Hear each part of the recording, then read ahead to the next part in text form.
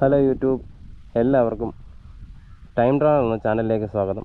അപ്പോൾ ഇന്ന് നമ്മൾ ഒരു ബൈക്കിൻ്റെ റിവ്യൂ ആണ് ചെയ്യുന്നത്. അപ്പോൾ ഇന്ന് നമ്മുടെ കൂടെ ഉള്ളതെന്ന് പറഞ്ഞാൽ നമ്മുടെ റോയൽ എൻഫീൽഡിൻ്റെ ബുള്ളറ്റ് 350 ആണ്. പഴയ ബുള്ളറ്റിൽ നിന്ന് ഒരുപാട് വ്യത്യാസങ്ങളോടുകൂടി മാറ്റങ്ങളോടുകൂടി വരുന്ന ഒരു വണ്ടി തന്നെയാണ് നമ്മുടെ പുതിയ 350 എന്ന് പറയുന്നത്. ഇത് ഒരുപാട് വ്യത്യാസങ്ങളോടെയാണ് ഇത്തവണ കമ്പനി ഇറക്കിയത്. ഇതിനകത്ത് മെയിനായിട്ട് ഇതിന് വ്യത്യാസം വന്നിരിക്കുന്നത് ഇതിൻ്റെ എൻജിൻ ഭാഗമാണ്. ഇതിൻ്റെ എൻജിൻ ഭാഗം നോക്കുന്ന സമയത്ത് വളരെയധികം വൈബ്രേഷൻസ് നല്ല രീതിയിൽ കുറച്ചുകൊണ്ടാണ് ഇത്തവണ റോയൽ എൻഫീൽഡ് ഇവനെ ഇറക്കിയിരിക്കുന്നത്. നമുക്ക് വേണ്ട ഏറ്റവും അത്യാവശ്യമുള്ളൊരു അപ്ഡേഷൻസ് കൂടിയാണ് ഈ ബുള്ളറ്റ് 350 ഇത്തവണ വന്നിരിക്കുന്നത്.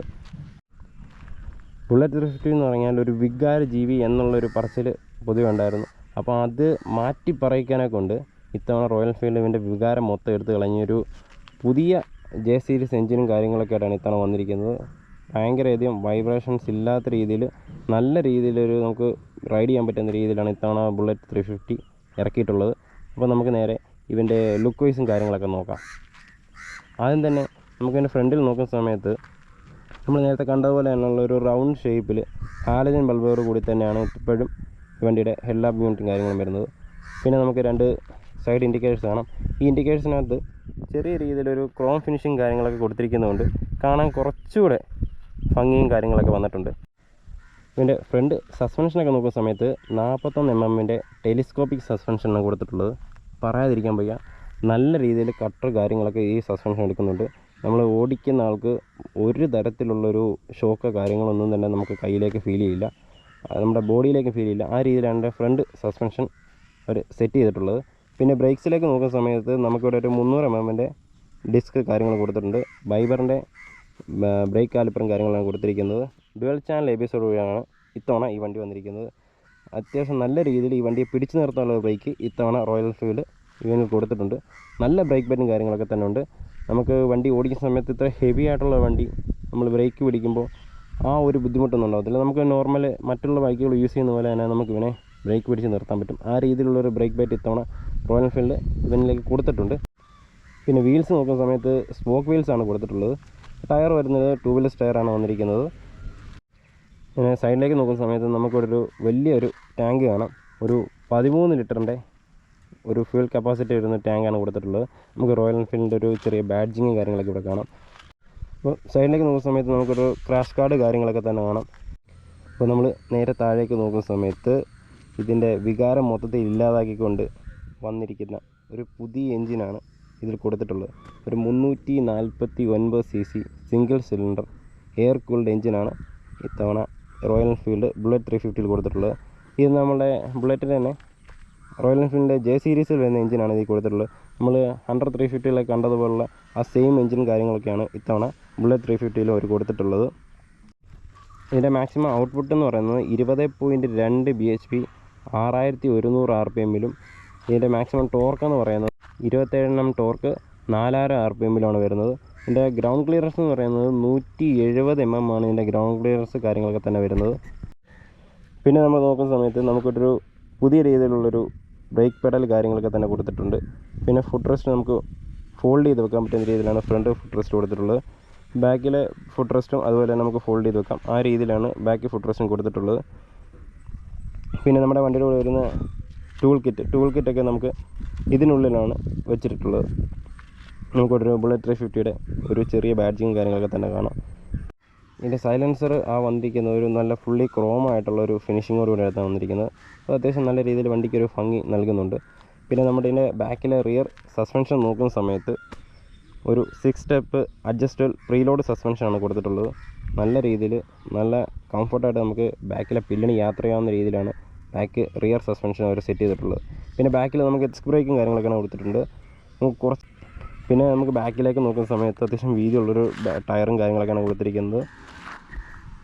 പിന്നെ നമ്മൾ ബാക്കിലേക്ക് വരുന്ന സമയത്ത് നമുക്കൊരു ബ്രേക്ക് ലൈറ്റ് കാണാം. പിന്നെ 2 ഇൻഡിക്കേറ്റേഴ്സ് കാണാം. ഹാലജൻ ബൾബ്സാണ് ഇത്തവണ ഇത് കൊടുത്തിട്ടുള്ളത്. ഈ സൈഡിലേക്ക് നോക്കുന്ന സമയത്ത് നമുക്കിവിടെ ഒരു സാരി ഗാർഡ് കാര്യങ്ങളൊക്കെ തന്നെ കൊടുത്തിട്ടുണ്ട്. സേഫ്റ്റിയുടെ പരമായിട്ട് ഒരു സാരി ഗാർഡ് അവരോട് പ്രൊവൈഡ് ചെയ്തിട്ടുണ്ട്. വണ്ടിക്ക് സൈഡ് സ്റ്റാൻഡ് കട്ട് ഓഫ് കാര്യങ്ങളൊക്കെ തന്നെ കൊടുത്തിട്ടുണ്ട്. പിന്നെ ഗിയർ ബോക്സ് നോക്കുന്ന സമയത്ത് ഒരു 5 സ്പീഡ് ഗിയർ ബോക്സാണ് കൊടുത്തിട്ടുള്ളത്. എനിക്കിതുവരെ ഇത്രയും വണ്ടി ഓടിച്ചിട്ട് യാതൊരുവിധ രീതിയിലും ഒരു ഫോൾസ് ന്യൂട്രൽസ് ഒന്നും കിട്ടിയിട്ടില്ല. നല്ല രീതിയിൽ തന്നെ നമ്മൾ ഗിയർ ഇടുമ്പോൾ നല്ല രീതിയിൽ തന്നെ ആ ഗിയർ കറക്റ്റ് അതായിട്ട് തന്നെ വീഴുന്നുണ്ട്. പിന്നെ സീറ്റ്സിലേക്കൊക്കെ നോക്കുന്ന സമയത്ത് അത്യാവശ്യം നല്ല രീതിയിൽ വൈഡായിട്ടുള്ള ഒരു ലോങ് ആയിട്ടുള്ള ഒരു സിംഗിൾ സീറ്റാണ് വന്നിട്ടുള്ളത്. നല്ലൊരു കുഷ്യനായിട്ടുള്ളൊരു സീറ്റാണ്. നമുക്ക് നല്ല രീതിയിൽ ലോങ് ആയിട്ടൊക്കെ യാത്ര ചെയ്യാൻ പറ്റും. പിന്നെ പില്ലിനൊരു ചെറിയൊരു സപ്പോർട്ട് കാര്യങ്ങളൊക്കെ തന്നെ കൊടുത്തിട്ടുണ്ട്. നമ്മൾ നല്ല രീതിയിൽ ലോങ് ഒക്കെ പോകുന്ന സമയത്ത് നമുക്ക് നല്ല രീതിയിൽ അത് യൂസ്ഫുൾ ആയിരിക്കും. സ്വിച്ചൊക്കെ നോക്കുന്ന സമയത്ത് വളരെ ബേസിക് ആയിട്ടുള്ള കാര്യങ്ങളൊക്കെ തന്നെ കൊടുത്തിട്ടുള്ളത്. നമുക്കിവിടെ ഒരു ഡിസ്പ്ലേ യൂണിറ്റ് കൺട്രോൾ ചെയ്യുന്നൊരു സ്വിച്ച് ദേ ഇവിടെയാണ് കൊടുത്തിട്ടുള്ളത്. പിന്നെ ഇവിടെ ഹൈ ബീം, ലോ ബീം, പിന്നെ ഇൻഡിക്കേറ്റർ, ഹോണ്, പിന്നെ നമുക്കൊരു ഹസാർഡിൻ്റെ സ്വിച്ച് ഇവിടെ കൊടുത്തിട്ടുണ്ട്. പിന്നെ നോക്കുകയാണെന്നുണ്ടെങ്കിൽ ഇഗ്നീഷൻ ഓൺ ഓഫ്, അത്രയുള്ള ബേസിക് ആയിട്ടുള്ള സ്വിച്ചസ് കാര്യങ്ങളൊക്കെ തന്നെ കൊടുത്തിട്ടുള്ളത്. ഇനി നമുക്ക് ഇതിൻ്റെ മീറ്റർ കൺസോൾട്ടൊക്കെ നോക്കാം. മീറ്റർ കൺസോൾട്ട് നോക്കുന്ന സമയത്ത് ഏറ്റവും അത്യാവശ്യമുള്ളൊരു കാര്യം ഇത്തവണ റോയൽ എൻഫീൽഡ് ഇതിനകത്ത് അപ്ഡേറ്റ് ആയിട്ട് കൊണ്ടുവന്നിട്ടുണ്ട്. അത് വേറൊന്നുമല്ല, നമ്മുടെ ഫ്യൂവൽ ഗേജ് കാര്യങ്ങൾ ഇത്തവണ ഇത് കൊടുത്തിട്ടുണ്ട്. പഴയ വണ്ടി യൂസ് ചെയ്തിട്ടിരുന്നവർക്കറിയാം ഇതിൻ്റെ ഏറ്റവും കൂടുതൽ അവർ ബുദ്ധിമുട്ടിട്ടുള്ളൊരു കാര്യം എന്ന് പറഞ്ഞാൽ ഇതിൻ്റെ ഫ്യൂവലിൻ്റെ ഒരു ലെവൽ അറിയാൻ ഭയങ്കര ഇതും പാടായത്. അവരത് നല്ല രീതിയിൽ ഒരു അപ്ഡേഷനായിട്ട് അത് കൊണ്ടുവന്നിട്ടുണ്ട്. വളരെയധികം യൂസ്ഫുള്ളായിട്ടുള്ള അപ്ഡേഷനാണ് കൊണ്ടുവന്നിട്ടുള്ളത്. പിന്നെ ഇതിൻ്റെ മീറ്ററിലേക്ക് നോക്കുന്ന സമയത്ത് നമുക്ക് വന്നിരിക്കുന്നത് 2 ട്രിപ്പ് മീറ്റർ വന്നിട്ടുണ്ട്, ഒരു ഓഡോമീറ്റർ ഉണ്ട്, പിന്നെ നമ്മൾ പറഞ്ഞ പോലെ ഫ്യൂവൽ ഇൻഡിക്കേഷൻ കാര്യങ്ങളുണ്ട്.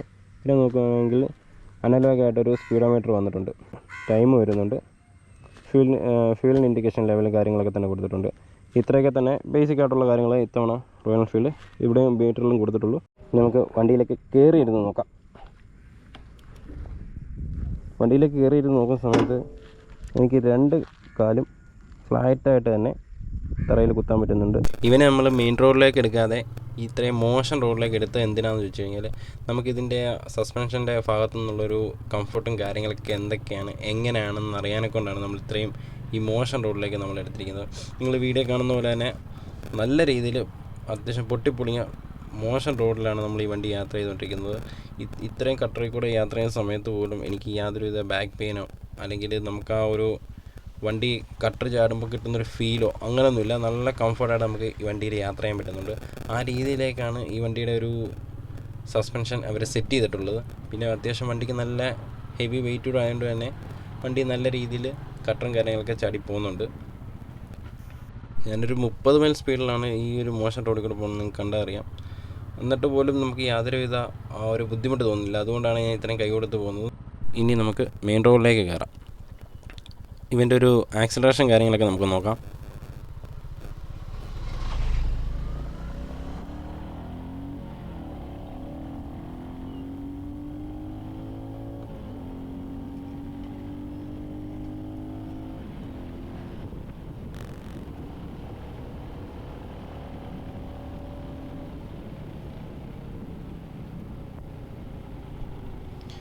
അപ്പം ഈ രീതിയിലാണ് ഇവൻ്റെ പവറും കാര്യങ്ങളൊക്കെ തന്നെ വരുന്നത്. നമുക്ക് ടോപ്പ് സ്പീഡ് നോക്കാനുള്ളൊരു റോഡും കാര്യങ്ങളൊക്കെ തന്നെ ഇല്ലാത്തത് കൊണ്ട് നമ്മളൊരു 0 to 100 വരെയുള്ളൊരു സ്പീഡാണ് നമ്മൾ നോക്കുന്നത്. 0 to 100 എന്നൊക്കെ പറയുന്നത് അത്യാവശ്യം വളരെ നല്ല രീതിയിൽ നല്ല ഈസി ആയിട്ട് നമുക്ക് പുഷ് ചെയ്തെടുക്കാൻ പറ്റുന്നുണ്ട്. ഇപ്പോൾ 0 to 100 ചെയ്ത സമയത്ത് എഞ്ചിൻ്റെ ഭാഗത്തുനിന്ന് സ്ട്രെസ്സോ അല്ലെങ്കിൽ അതിൻ്റെ ഒരു ഡിസ്കംഫർട്ടോ കാര്യങ്ങളോ ഒന്നും തന്നെ നമുക്ക് ഫീൽ ചെയ്തില്ല. വളരെ കംഫർട്ടായിട്ട് തന്നെ നമുക്ക് പുഷ് ചെയ്ത് വണ്ടി എടുക്കാവുന്നതാണ്. നമ്മൾ ഓരോ ഗിയർ ഇടുന്ന സമയത്തും നമുക്കൊരു വൈബ്രേഷൻസോ കാര്യങ്ങളോ ഒന്നും തന്നെ കിട്ടുന്നില്ല. ഇപ്പോൾ പഴയ വണ്ടി യൂസ് ചെയ്തിട്ടുള്ള ആൾക്കാർക്ക് അറിയാം, നമ്മൾ വണ്ടി പുഷ് ചെയ്തെടുക്കുന്ന സമയത്ത് പഴയ ബുള്ളറ്റ് നമ്മൾ ഓരോ ഗിയർ ഇടുന്ന സമയത്തും നല്ല രീതിയിൽ വൈബ്രേറ്റ് ആയിട്ട് നമുക്ക് ഓരോ ഗിയർ ഇടാകത്തുള്ളൂ. നമ്മളത് പഴയ ബുള്ളറ്റ് യൂസ് ചെയ്യുന്ന ആരും ആ രീതിയിൽ ഒരു ത്രോട്ടിൽ കൊടുത്ത് വണ്ടി എടുക്കത്തില്ല. ആ രീതിയിലാണ് അതിൻ്റെ വൈബ്രേഷൻസ് വരുന്നത്. പക്ഷേ ഇതിലേക്ക് വരുന്ന സമയത്ത് അത് മൊത്തത്തിൽ മാറ്റി മറിച്ച് ഒരു എൻജിനാണ് ഇതിനകത്ത് കൊണ്ടുവന്നിരിക്കുന്നത്. ഭയങ്കര കംഫർട്ടാണ് വണ്ടി ഓടിക്കാൻ. വണ്ടിയുടെ നമ്മൾ നല്ല രീതിയിൽ നമ്മൾ പുഷ് ചെയ്ത് മുന്നോട്ട് കൊണ്ടുപോകും. ആ രീതിയിലാണ് ഇതിൽ എൻജിന് അവർ കൊണ്ടുവന്നിട്ടുള്ളത്. ടൗണിലൊക്കെ യൂസ് ചെയ്യുന്ന സമയത്ത് ഒട്ടും ടെൻഷനില്ലാതെ വളരെ ഈസി ആയിട്ടും നല്ല ഫ്ലെക്സിബിളായിട്ടും നമുക്ക് ഇതിനെ യൂസ് ചെയ്യാൻ പറ്റും. ഭയങ്കര വെയിറ്റുള്ള വണ്ടിയാണ്, ഇത് പിടിച്ചാൽ നിൽക്കുമോ അത് നമ്മുടെ കയ്യിൽ നിന്ന് വീഴുമോ, ആ രീതിയിലുള്ള ഒരു ടെൻഷനും നിങ്ങൾക്ക് ഈ വണ്ടിയുടെ മേൽ വേണ്ട. ഈ വണ്ടി നമ്മൾ ഓടിക്കുന്ന സമയത്ത് ആ രീതിയിലുള്ള ടെൻഷൻസൊന്നും നമുക്ക് കിട്ടത്തില്ല. അത്യാവശ്യം നല്ല കോൺഫിഡൻസാണ് വണ്ടി ഓടിക്കാൻ. ഇവൻ്റെ ഭാഗത്തുനിന്ന് ഇവനുണ്ടാകുന്നൊരു പ്രതികരണം എന്താണെന്ന് വെച്ചാൽ, ചേട്ടാ നിങ്ങൾ ഓടിച്ചോ, നിങ്ങളൊന്നുകൊണ്ടും പേടിക്കണ്ട, ഞാൻ ആ പഴയ വികാരം ബുള്ളറ്റല്ല. ഇപ്പോഴത്തെ പിള്ളേർക്ക് ഓടിക്കാൻ പറ്റിയ രീതിയിലുള്ളൊരു കംഫർട്ടും ബ്രേക്കും കാര്യങ്ങളൊക്കെ ആയിട്ട് തന്നെ വന്നൊരു പുതിയൊരു വ്യക്തിയാണ് ഞാൻ. അതുകൊണ്ട് നിങ്ങൾ ധൈര്യമായിട്ട് തന്നെ ഓടിക്കാം എന്ന രീതിയിലാണ് ഇവൻ്റെ ഒരു പ്രതികരണമൊക്കെ നമുക്ക് ഇവനെ ഓടിക്കുന്ന സമയത്ത് നമുക്ക് കിട്ടുന്നത്, നമുക്ക് തോന്നുന്നത്. ഇവനെ നമുക്ക് സൈഡിലേക്ക് ഒതുക്കിയിട്ട് ഇവൻ്റെ എക്സോസ്റ്റ് നോട്ടൊന്ന് കേട്ട് നോക്കാം.